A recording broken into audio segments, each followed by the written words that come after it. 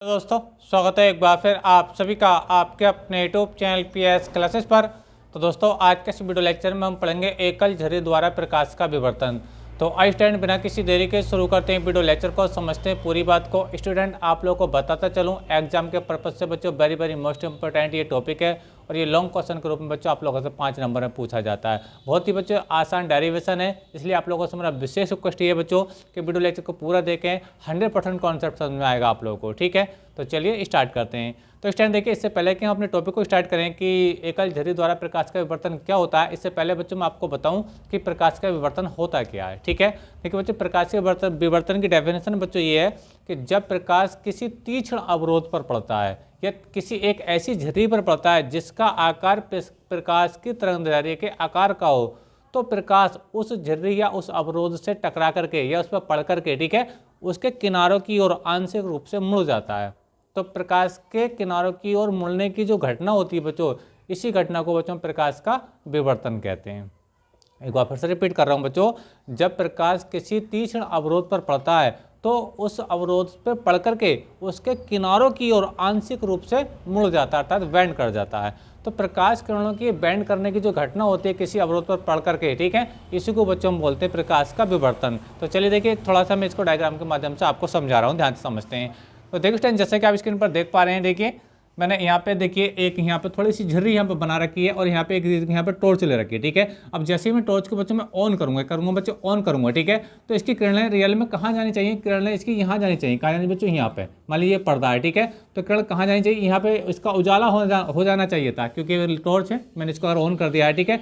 लेकिन देखा गया बच्चों एक्सपेरिमेंटली कि इसका उजाला यहाँ तो था ही था, ठीक है, इसका उजाला बच्चों इधर भी था, इसका उजाला बच्चों इधर भी था, यानी सारे एरिया में क्या था? उजाला था। इसका मतलब क्या था कि जो प्रकाश की किरणें जो टॉर्च से निकली थी बच्चों, ठीक है, वो इस झर्री पर पड़ करके वो इधर की को वो बैंड कर गई और इधर को भी बैंड कर गई।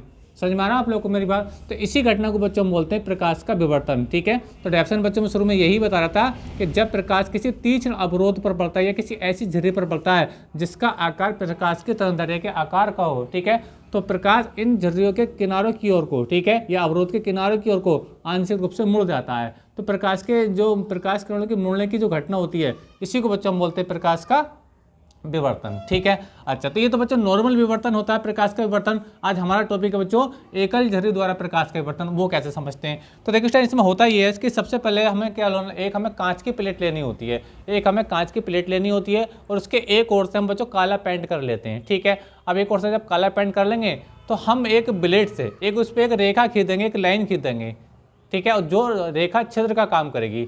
यानी मैंने आपको कहा हम कांच की एक प्लेट लेते हैं, इस पर हम काला पेंट कर देते हैं पूरी एक साइड से, ठीक है, और हमें उस पर एक ब्लेड से क्या एक झर्री खींच देते हैं, एक रेखा खींच देते हैं। और आप जानते हैं कि जहाँ से ब्लेड की झर्री खींचेगी, यानी ब्लेड से, ठीक है, लाइन खींचेगी, वहाँ का पेंट छूट जाएगा। ठीक है, तो वो झर्री का काम करेगा। और डायग्राम में वो देखो, यहाँ पे जो व्हाइट लाइन आपको दिखाई देगी, व्हाइट है ना, यही वो झर्री है। ठीक है, अच्छा, अब बच्चों हम करते क्या है, इसके आगे एक जलता हुआ रेखे तंतु लेते हैं, जलता हुआ एक रेखे तंतु, ठीक है। अब ये रेखे तंतु जल रहा है, ठीक है। अब हम करते क्या, देखिए ये जो हमने ब्लेड से झर्री खींची थी इसके अंदर, ठीक है, अब देखिए इस झर्री में से आंख से, यानी इस टाइप से है ना, ऐसा समझ रहे हो आप लोग मेरी बात, इस रेखे तंतु को देखते हैं हम जलते हुए। लेकिन होता क्या है बच्चों, जब हम जलते हुए रेखे तंतु को देखते हैं इसकी सहायता से, ठीक है, तो हमें तंतु दिखाई नहीं देता, बल्कि तंतु के स्थान पर कुछ हमें चौड़ी चमकदार पट्टी दिखाई देती है, ठीक है, जिससे हम फ्रिंजों के नाम से आपने व्यक्तिगण वाले चैप्टर में पढ़ा भी होगा। ठीक है, एक बार फिर से रिपीट कर रहा हूँ बच्चों, जब हम इसकी झर्री से हम किसी जलते हुए तंतु को देखते हैं तो हमें तंतु तो दिखाई नहीं देता, बट तंतु के स्थान पर हमें एक चौड़ी चमकदार पट्टी दिखाई देती है, जो मैंने यहाँ पे ये वाला एरिया बनाया, ठीक है, ये वाला एरिया, ठीक है, ये तंतु के स्थान पर हमको ये दिखाई देता है। ठीक है, ये चौड़ी चमकदार पट्टी होती है और इसके दोनों ओर, इस साइड भी और इस साइड भी कुछ चौड़ी, ठीक है, इसकी अपेक्षा तो कम चौड़ी होंगी। तो देखो पट्टी बहुत लाइन आपको देखो, वाइट देखो लाइन बहुत आपको चौड़ी दिखाई दे रही होगी ना। अब इसके दोनों ओर, ठीक है, कुछ कम चौड़ी दीप्त और अदीप्त पट्टियां दिखाई देती हैं, जिसको हम डार्क फ्रिंजेस और ब्राइट फ्रिंजेस कहते हैं। समझ में आ रहा आप लोग को मेरी बात? ठीक है, तो मैंने क्या बताया, एक बार फिर से रिपीट कर रहा हूँ बच्चों, जब हम इस स्लेट की सहायता से यानी झर्री से हम किसी जलते हुए रेखे तंतु को देखते हैं तो हम तंतु दिखाई नहीं देता, तंतु के स्थान पर क्या होता है बच्चों, हमें एक चौड़ी चमकदार पट्टी दिखाई देती है, हम जिसे हम ब्राइट फ्रिंज कहते हैं। ठीक है, अब जिसके दोनों ओर इस साइड भी और इस साइड भी कुछ चौड़ी और चमकदार पट्टियां प्राप्त होती हैं। ठीक है, कुछ तो चमकदार होती हैं, कुछ क्या होती हैं बच्चों, वो डार्क होती हैं। जो हमने ब्लैक कलर से लिखी है डार्क पट्टियां हैं, ये डार्क पट्टियां यानी अंधेरे वाली साइड। ठीक है, और जो यहाँ पे जो बीच बीच स्पेस देख पा रहे हैं ये क्या बच्चों, ये चमकदार पट्टियाँ यानी ब्राइट फ्रिंज हैं। यानी जो ब्लैक कलर में आप देख पा रहे हैं ये डार्क फ्रिंज है, और जो इसके बीच में जो स्पेस देख पा रहे हैं व्हाइट वाला, ये क्या बच्चों, एक ब्राइट फ्रिंज है। समझ में आ रहा आप लोग को मेरी बात। तो ये फिनोमेना हमें देखने मिलता है जो हम स्लेट से या झर्री से जब हम रेखीय तंतु को देखते हैं। ठीक है, अच्छा अब देखिए इंपॉर्टेंट बच्चों बात यहाँ पे ये है कि देखिए यहाँ पे जो ब्राइट फ्रिंज है हम उसको यहाँ पे इस चैप्टर में पढ़ते हैं बच्चों हम उच्चिष्ट के नाम से, और जो डार्क फ्रिंज होती है ठीक है उसको हम बच्चों पढ़ते हैं निम्निष्ट के नाम से। यहाँ पे दो बातें याद रखनी पड़ेंगी, जो ब्राइट फ्रिंज होगी बच्चों उसको हम पढ़ेंगे उच्चिष्ट के नाम से, और जो डार्क फ्रिंज होगी जो ब्लैक वाली आप देख पा रहे होंगे इसको हम पढ़ेंगे निम्निष्ट के नाम से। समझ में आ रहा आप लोग को मेरी बात। अच्छा अब देखिए स्टैंड हम इसकी जो ज्यामितीय व्यवस्था था उसको समझते हैं। देखिए इसमें है क्या बच्चों, जैसे कि एक मैंने यहाँ प्रकाश स्रोत यहाँ पे लिया था, ऐसे ही मैंने एक प्रकाश स्रोत ये लिया है जो लेंस L1 के प्रथम फोकस पर रखा है। ठीक है, और ये प्रकाश स्रोत एक रेखीय प्रकाश स्रोत ही है। ठीक है, अच्छा जब इसके प्रथम फोकस पर रखा है ठीक है, तो इससे जो आने वाली किरणें होंगी इस लेंस से अपवर्तन के पश्चात क्या होगा, मुख्य अक्ष के समांतर हो जाएंगी। अब समांतर हो जाने के बाद जो किरणें मुख्य अक्ष के समांतर चल रही हैं ये आकर कहाँ आकर पड़ेंगी, रेखा चित्र AB पर आकर पड़ेंगी। ये जो आपने बच्चे स्लेट में ये जो रेखा चित्र देख पा रहे हैं ना, तो इसका ये वाला सिरा A है और ये वाला सिरा B है। समझ में आ रहा आप लोग। तो ये जो AB सिरा वो ये है। ठीक है, तो इससे आने वाली किरणें कहाँ, इस रेखा चित्र AB पर आएंगी। ठीक है, तो जब रेखा चित्र AB पर आएंगे तो हाइगेंस के द्वितीयक तरंगिकाओं के सिद्धांत के अनुसार, हाइगेंस के द्वितीयक तरंगिकाओं के सिद्धांत के अनुसार रेखा चित्र AB के बीच के सभी बिंदु द्वितीयक तरंगिकाओं के स्रोत बन जाएंगे, जिनसे द्वितीयक तरंगें निकलना शुरू हो जाएंगी। ठीक है, अच्छा जो तरंगें बच्चों समान कला में होंगी, जो तरंगें समान कला में होंगी ठीक है वो कहाँ मिलेंगी बच्चों, बिंदु O पर मिलेंगी, पर्दे के बिंदु O पर मिलेंगी। और यहाँ पे बच्चे इस O पर हमें एक ब्राइट फ्रिंज प्राप्त होती है। ये जो चौड़ी चमकदार पट्टी थी वो बच्चों कहाँ आएगी, वो इसके सेंटर पर आएगी। ठीक है, अच्छा अब जो किरणें जो बच्चों समान कला में नहीं होती हैं अर्थात विपरीत कला में होती हैं वो तरंगें कहाँ मिलती हैं बच्चों, मान लो वो एक पॉइंट मैंने यहाँ लिखा P। ठीक है, समझ में आ रहा आप लोग मेरा।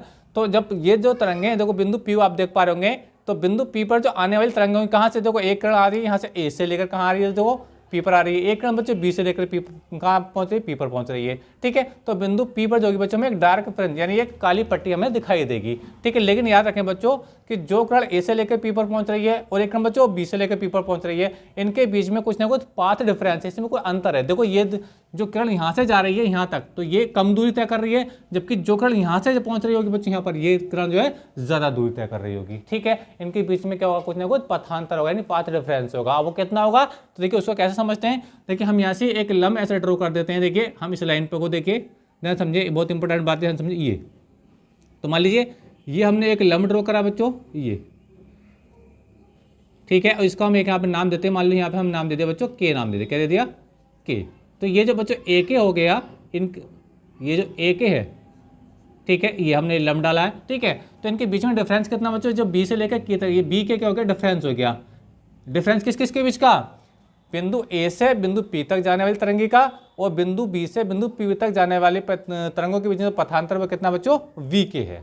अब इस VK का मान उच्चिष्ट और निम्निष्ट के लिए क्या होता है जरा उसको समझा रहा हूँ, चलिए समझते हैं। ठीक है, तो अब देखिए इसका जो डेरिवेशन है वो मैं आपको बता रहा हूँ। तो देखिए स्टैंड, तो देखिए हम बात करेंगे पथांतर क्या, देखिए यानी जो आपका जो पथांतर है वो क्या बच्चों BK है। BK क्या बच्चों पथांतर है, क्या बच्चों ये पाथ डिफरेंस। ठीक है, अच्छा अब बात करेंगे हम उच्चिष्ट और निम्निष्ट के लिए। ठीक है, तो पहले हम बात करते हैं निम्निष्ट के लिए। निम्निष्ट मतलब जो हमें डार्क फ्रिंज प्राप्त होती है। ठीक है, मैंने आपको पहले बता दिया है डार्क फ्रिंज को हम बच्चों हम पढ़ेंगे निम्निष्ट के नाम से और ब्राइट फ्रिंज को हम पढ़ेंगे बच्चों हम उच्चिष्ट के नाम से। ठीक है, अच्छा तो देखिए हम बात करें पहले निम्निष्ट के लिए। निम्निष्ट के लिए जो पथांतर होता है, जो VK होता है बच्चों, वो होता है प्लस माइनस m लैम्डा के बराबर। क्या होता है बच्चों, प्लस माइनस m लैम्डा के बराबर होता है। जहाँ m की जो वैल्यू होती है, m की वैल्यू होती है बच्चों 1 2 3 4 डॉट डॉट डॉट। ठीक है, अभी आगे समझ में आएगा आप लोगों को, थोड़ा ध्यान से देखें है ना। तो ये BK कितना होगा, m लैम्डा के बराबर, m की वैल्यू ये रहेगी। ठीक है, 1 2 3 4 5 यानी m बराबर 1 पर हमें प्रथम निम्निष्ट मिलेगा, m बराबर 2 पर हमें द्वितीय निम्निष्ट मिलेगा, यानी पहली डार्क फ्रिंज, दूसरी डार्क फ्रिंज, तीसरी डार्क फ्रिंज। ठीक है, अच्छा अब बात करेंगे बच्चों हम उच्चिष्ट के लिए। किसी बच्चों उच्चिष्ट के लिए,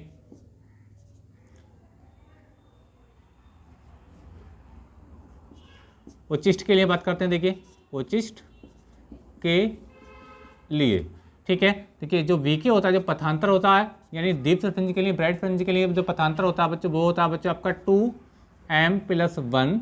ठीक है, और λ/2 होता है। ठीक है। तो निम्निष्ठ के लिए जो पथांतर होता है वीके की जो वैल्यू होती है वो प्लस माइनस एम लैम्डा होती है, और जो उच्चिष्ट के लिए होती है बच्चों वो कितनी होती है 2m+1 λ/2 होती है।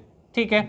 अच्छा, अब देखिए बच्चे यहाँ पे एक ट्रायंगल देख रहा होगा, यहाँ पे अगर हम यहाँ थीटा कंसीडर करें, हम यहाँ क्या बच्चों थीटा अगर हम कंसीडर करें तो एक त्रिभुज दिख रहा है आपको ए के बी, या ए बी के एक त्रिभुज दिख रहा है। चलो इस त्रिभुज हम चलते हैं, देखिए इससे हमें क्या हेल्प मिलती है। चलेंगे देखिए त्रिभुज ए बी के में, ठीक है, फॉर्मूला लगाएंगे साइन थीटा वाला। साइन थीटा वाला क्या होता है बच्चों लंब बटे कर्ण होता है। ठीक है, तो थीटा के सामने क्या होता है लंब होता है, परपेंडिकुलर लाइन यानी बी के हो जाएगा, ये आपका बच्चों बी के हो जाएगा। और कर्ण देखिए ये हमने लंब डाला तो ये 90 अंश का एंगल होगा, इसके सामने जो ए बी है जो झिर्री है वो क्या होगा बच्चों इसका परपेंडिकुलर होगा, मतलब हाइपोटेनियस यानी कर्ण होगा, यानी ए बी क्या है बच्चों कर्ण है, क्या ये ए बी हो जाएगा। ठीक है। अच्छा, बी के हम अभी फिलहाल ऐसे ही लिख रहे हैं क्योंकि बी के मान दो हैं उच्चिष्ट और निम्निष्ठ के लिए।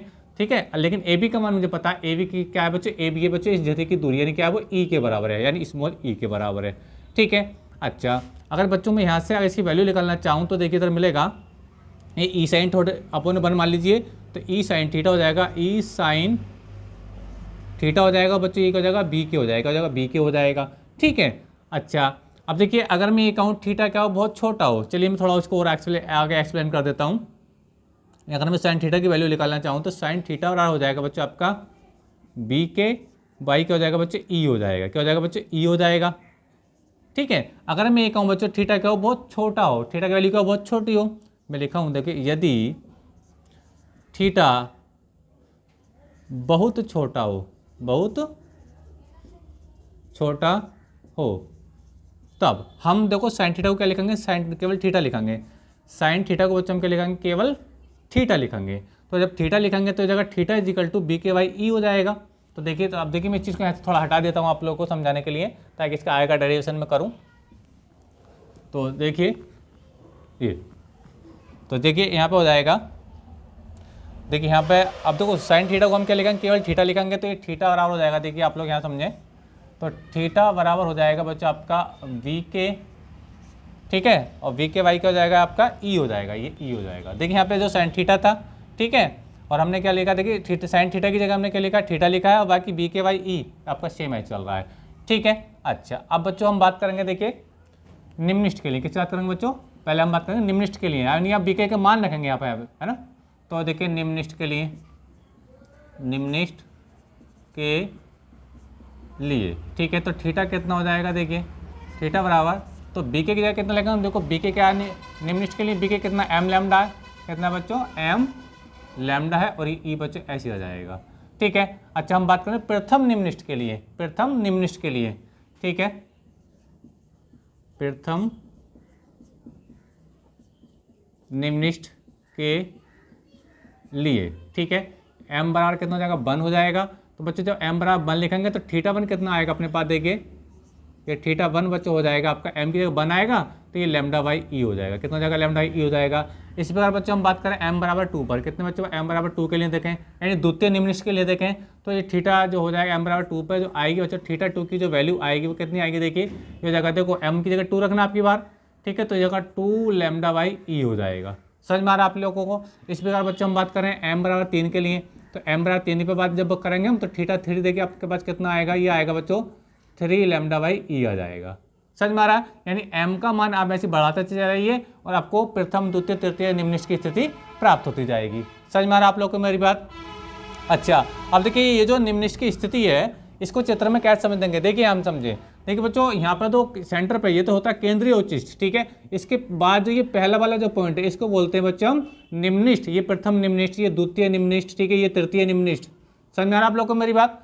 अच्छा, अब देखिए यहाँ पे जो प्लस माइनस का साइन था बच्चों, ये जो प्लस माइनस का साइन था, ठीक है, क्योंकि अगर ऊपर की वैल्यू प्लस की लोगे तो नीचे वैल्यू माइनस की आएगी, क्योंकि ऐसे टाइम ऊपर को बनना है तो ये ऐसे नीचे को भी बन जाएगा। समझ में आ रहा है, तो इधर को ये जगह माइनस का है ना, ये प्रथम निम्निष्ठ, ये द्वितीय निम्निष्ठ, ठीक है, इस हिसाब से ये तृतीय निम्निष्ठ आ जाएगा। समझ में आ रहा है आप लोग को मेरी बात। ठीक है, तो आई होप कि आज तक समझ में आपको अच्छे से आ गया होगा डिस्टेंस। ठीक है, चाहे तो इस वैल्यू को आप पुट कर सकते हो। देखो प्रथम निम्निष्ठ के लिए कितना हो जाएगा, ये हो जाएगा बच्चों लैम्डा बाई ई हो जाएगा। फिर द्वितीय निम्निष्ठ पे कितना आ रहा था बच्चा आपका एम बराबर 2 पर, ये हो जाएगा 2 लैम्डा बाई ई, ये 3 लैम्डा बाई ई। समझ में आ रहा है आप लोगों को मेरी बात। अच्छा, अब हम बच्चों बात करेंगे, ठीक है, तो ये वैल्यू तो सारी प्लस की रहेंगी, ये प्लस करेंगे, उसके नीचे की जो वैल्यू है यहाँ पे इसी लिखना चाहो तो लिख सकते हैं आप लोग, ठीक है। ये वैल्यू करेंगे बच्चों माइनस करेंगे, ठीक है। अच्छा, अब बच्चों हम बात करेंगे उच्चिष्ट की कंडीशन कब होती है, तो निम्निष्ट के लिए हो गया, ठीक है। तो अब देखो उच्चिष्ट के लिए जब देखेंगे तो हम पथांतर कितना लिखेंगे, पथांतर लिखेंगे 2m+1 λ/2 लिखेंगे, ठीक है। तो चलिए देखिए अब यहाँ तक आगे हम करते हैं बच्चों, हम करेंगे अब चीज़ें देखिए निम्न उच्चिष्ट के लिए, ठीक है। तो उच्चिष्ट के लिए बात करते हैं, देखिए यहाँ से इसको हटा देता हूँ, यहाँ पे लिख देंगे उच्चिष्ट के लिए। किसके लिए बच्चों, उच्चिष्ट के लिए। तो उच्चिष्ट के लिए बच्चों पथांतर कितना होता है 2m+1 λ/2। तो यहाँ पे देखिए यहाँ पे हो जाएगा आपका कहेंगे जो ये आप देख पा रहे हैं बच्चों बी के है ना, तो ये हो जाएगा बच्चों आपका बी के की जगह कितना आएगा बच्चों 2m+1, ठीक है। और ये ए वाला ई पहले से ही है और ये जाएगा λ/, नहीं बी के की आया बच्चों आपका 2m+1 λ/2, 2m+1 तो आएगा और λ/2 रह गया ये कंडीशन में, ठीक है। चलिए मैं थोड़ा यहाँ से आप इसको हटा देता हूँ। चलिए तो ये हो गया बच्चों आपका, देखिए मैंने क्या किया है उच्चिष्ट के लिए जो पथांतर था आपका 2m+1 λ/2, ठीक है। बीके की जगह, इस बीके की जगह देखो है ना बीके आ रहा है ना, बीके की जगह मैंने 2m+1 λ/2 लिख दिया, ठीक है। बाकी जो ई था वो आपको पहले से ही है। अच्छा, अब देखिए हम बताएंगे प्रथम उच्चिष्ट के लिए हम m = 0 क्यों नहीं लिखेंगे। देखो इस वाली कंडीशन में क्या होता है, इस वाली कंडीशन में m का मान 0 से स्टार्ट होता है। m का मान किससे स्टार्ट होता है, तो 0 से स्टार्ट होता है, क्योंकि 0 पर बच्चों में क्या मिलती है, हमें केंद्रीय फ्रिंज यानी मुख्य उच्चिष्ट प्राप्त होता है m = 0 पर। हम बात कर रहे हैं प्रथम उच्चिष्ट के लिए। प्रथम उच्चिष्ट कौन सा होगा, जैसे इसका ये हाईएस्ट पॉइंट है, ये हाईएस्ट, ये दूसरा हो जाएगा, और नीचे को देखो तो ये प्रथम उच्चिष्ट, ये द्वितीय उच्चिष्ट हो जाएगा, ठीक है। तो देखिए प्रथम उच्चिष्ट के लिए, प्रथम उच्चिष्ट के लिए अगर हम बात करें तो m = कितना लेंगे, हम 1 लेंगे। तो जब हम 1 लेंगे तो देखिए θ1 कितना आएगा, θ1 आएगा बच्चों आपका 2 × 1 + 1, ठीक है। ओपन में ई चल रहा है और ये λ/2 चल रहा है, ठीक है। ये ई है माफ कीजिएगा, तो हो जाएगा बच्चों ये 2 × 2 हो जाएगा 3 यानी 3 λ/, ये हो जाएगा बच्चों आपको, मैं यहाँ पे लिख देता हूँ, देखिए ये हो जाएगा θ1 बराबर हो जाएगा 2 × 2 3 3 λ/2 ई हो जाएगा। 2 ये वाला जो लैम्डा का उनमें 2 चल रहा है और ई पहले से ही है, तो ये 2 ई हो जाएगा, ठीक है। इस प्रकार बच्चों आप देखो m = 2 पर यानी द्वितीय उच्चिष्ट के लिए, यानी m बराबर देखो 2 के लिए क्या हो जाएगा θ2 बराबर हो जाएगा बच्चों आपका, तो 2 × 2 + 1, ठीक है। और अपॉन में क्या चल रहा है बच्चों आपका ई चलता है और इधर चलता है λ/2 चलता है, ठीक है। तो 2 दूनी 4 और 1 5 हो जाएगा, तो ये हो जाएगा बच्चों आपका θ2 जो वैल्यू आएगी बच्चों आपका ये हो जाएगा 5 λ/2 ई हो जाएगा, ठीक है। समझ में आ रहा आप लोग को मेरी बात। इसी पर m = 3 m = 4 पर ये आपको उच्चिष्ट प्राप्त होते रहेंगे, ठीक है। और याद रखें देखो जब प्लस का साइन लेंगे तो ये ऊपर इस जो केंद्रीय उच्चिष्ट ऊपर आ रहा है ना, इसके ऊपर आएंगे तो प्लस की वैल्यू आएगी, ठीक है। यहाँ पे जो साइन यहाँ पे आप देख पा रहे होंगे प्लस माइनस का ये वाला, ठीक है। ये वाला साइन आप यहाँ भी लगा सकते हो प्लस माइनस, तो प्लस का मान रहेगा तो केंद्रीय उच्चिष्ट के ऊपर के जो उच्चिष्ट आएंगे प्रथम उच्चिष्ट द्वितीय उच्चिष्ट, ठीक है। और नीचे आएंगे तो ये माइनस से आएंगे प्रथम द्वितीय तृतीय इस टाइप से, ठीक है। समझ में आ रहा आप लोग को मेरी बात। अच्छा, तो ये स्थितियाँ होती है बच्चों, हमें लिखना चाहें तो इसको चाहे आप लिख भी सकते हैं, और ये मैंने आपको इजीली आपको बता भी दिया कैसे ये निकाली जाती है वैल्यू। m = 3 पे आपका तृतीय उच्चिष्ट आ जाएगा, ठीक है। तो बच्चों ये कंडीशन होती है आपकी, और ये जो डायग्राम है वो मैंने आपको बता दिया कैसे इसको बनाना होता है, कैसे इसको सॉल्व करना होता है, और यही डेरिवेशन बच्चों आपको करना आता है, ठीक है। तो आई होप कि आपको समझ में आएगा बच्चों कि कैसे बच्चों हम इस डेरिवेशन को समझते हैं। उम्मीद करता हूँ वीडियो आपको अच्छा लगा। वीडियो अच्छा लगा तो वीडियो को लाइक कीजिए, चैनल पर नहीं तो चैनल को सब्सक्राइब कर लीजिए। मिलेंगे नेक्स्ट वीडियो में किसी नेक्स्ट टॉपिक के साथ, तब तक के लिए धन्यवाद, बेस्ट ऑफ लक।